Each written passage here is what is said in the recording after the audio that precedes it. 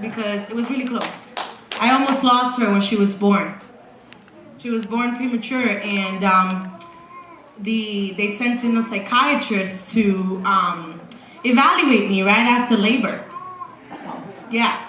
In 15 minutes, she wanted to determine whether or not I could take my daughter home. Not knowing anything about me whatsoever.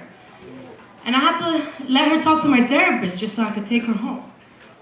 Thank goodness I had a good therapist that called me back and was like, this psychiatrist wants information about you? What do I tell her?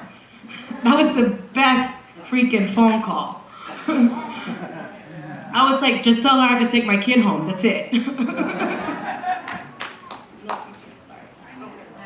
But anyway, what I'm here to really talk about is the fact that, did you know that 80% of us, meaning us with a psychiatric disability, don't have our children? Yes. That they take our kids? Yes. That they tell us we can't be parents? Yes. And that we're gonna neglect them, and that we're gonna abuse them, and that we're not worthy of having the basic right of childbearing and having your child and raising your children? How many of you here are parents? How many of you here are separated from your children? There should be, that shouldn't happen. There should be no one should have the right to take your children away simply because you have a diagnosis. Okay? But in this country, we are kind of archaic about this. In New York State, the Social Services Law 384B, that's the law that states under what conditions the Social Services Department can remove children from the home. And it says right there in black and white, for reason of a psychiatric diagnosis or mental illness or developmental disability, they can take your child. That's it. Somebody can call, which sometimes it's the hospital, a lot of the times it's providers, sometimes it's misguided family members. When all maybe you just needed was a little support in being a parent. Everybody needs support in being a parent. It doesn't matter whether you have a disability or not. Everyone needs help to take care of their children. So we need to tell these legislators that no one should have the right to take your children without there being cause for your child to be removed.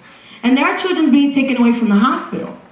I know many women whose children are taken right after birth. Right after birth, they take your child and they give them away to homes where they're not loved the way that we would love our children and the way we would take care of our children. And they condemn them to a system that doesn't love them and doesn't take care of them. And we need to tell them this needs to stop. We're in the 21st century. We know that that with some help, if you need it, you can be a good parent. And you don't have the right to do that to us anymore. That is a direct violation of our human rights. And having a diagnosis does not equal neglect and abuse.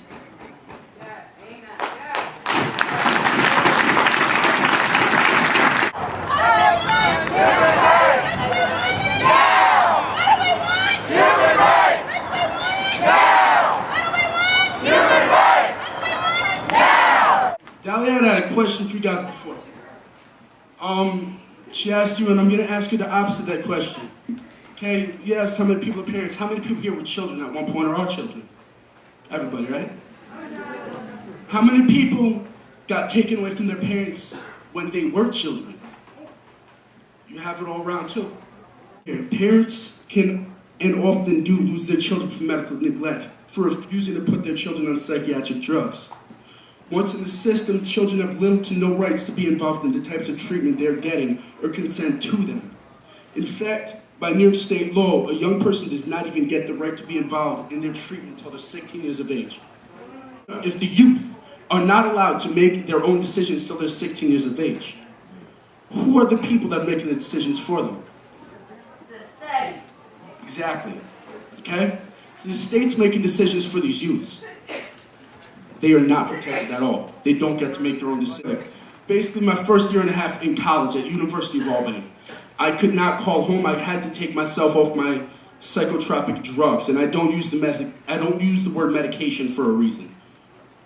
My psychotropic drugs I had to take myself off of. My mom, who wanted to be there for me, was told by this medical model, that I would have to be there, and I would have to be on these the rest of my life.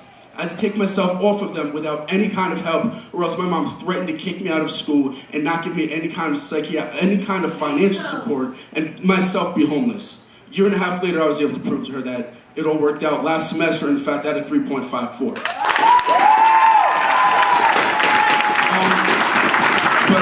I'm an artist, and let me finish this with one thing real quick. It's about 30 seconds.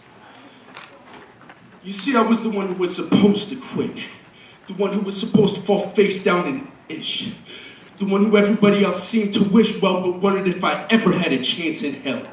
Any questions now? I made my way up to rock when mad dumb cats keep frontin' with the beatbox. Took myself off the shelf and helped someone else, just like Grandpa, to help further themselves. I do this for the kids that are stuck in the group homes, residential foster care, and stuck on their own. We will keep moving forward, yes, hand in hand. Keep pushing each other, make our own ways to stand. Look in your eyes and all you see is futility. We look right back with a fire-filled destiny, and all eyes you look, all you see is a derelict. Tell us we can't, yet we just won't quit.